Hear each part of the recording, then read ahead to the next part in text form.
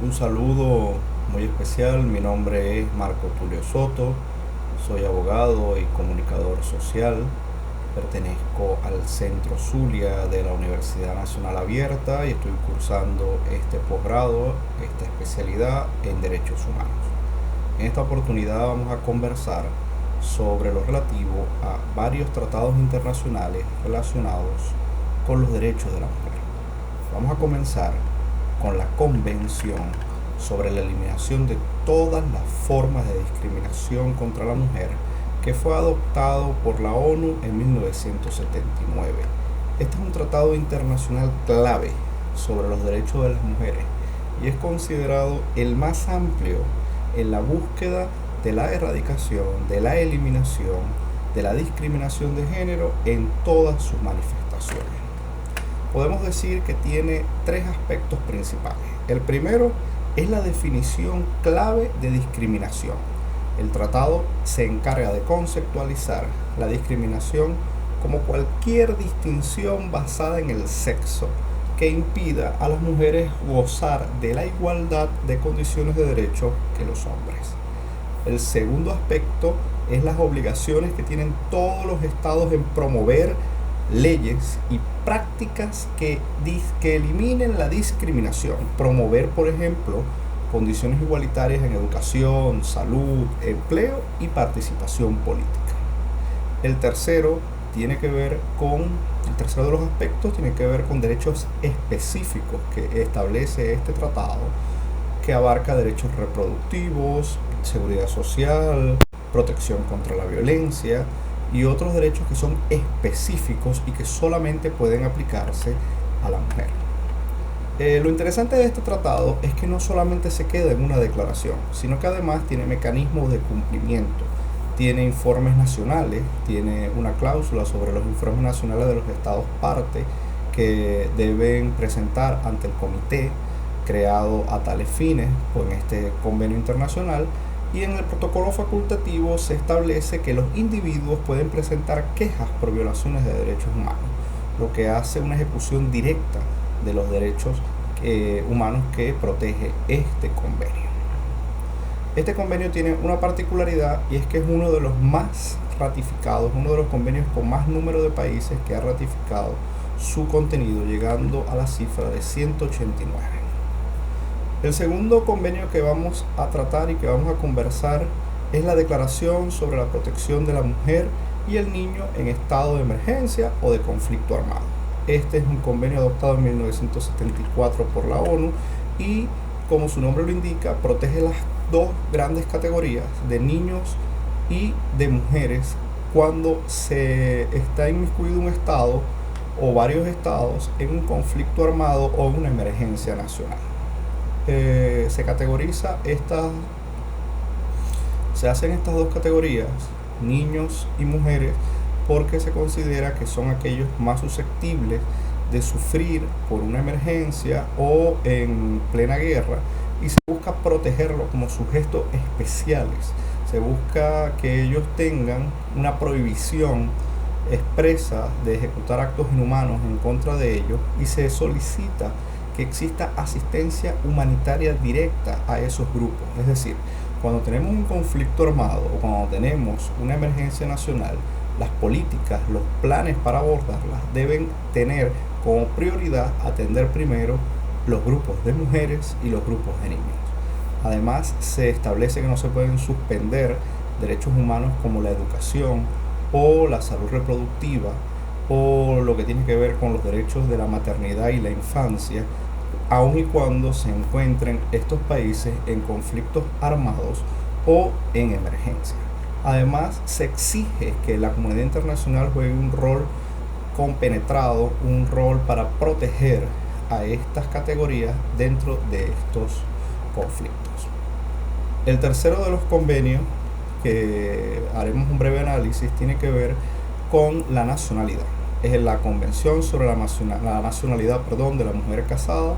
Es de 1957, es un convenio de vieja data y viene a solventar un problema que se venía suscitando cuando la mujer se casaba con un extranjero. Es decir, una mujer de un país se casaba con un hombre de otro país. En aquel momento había legislaciones en las cuales esa mujer perdía su nacionalidad o no podía adquirir la nacionalidad del hombre con el cual se estaba casando. Pero con los hombres sí se podía, o ellos sí tenían esos derechos. Entonces este convenio viene a darle fin a esa discriminación y a determinar que la mujer que se casara podía adquirir la nueva nacionalidad, no perdía de forma inmediata su nacionalidad de origen, no la podía perder, y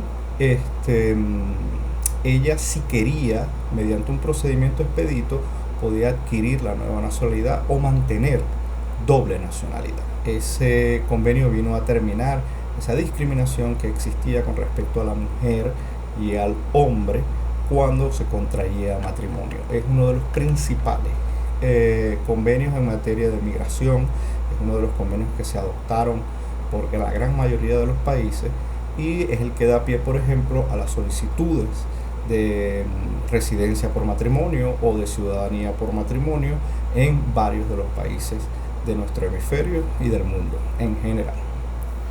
El cuarto de los puntos que vamos a tocar hoy tiene que ver con la declaración y la plataforma de la acción de Beijing, pero puntualmente con una asamblea general. Las asambleas generales son las reuniones de los estados de las Naciones Unidas, que se celebró en la Asamblea General número 23 en el año 2000.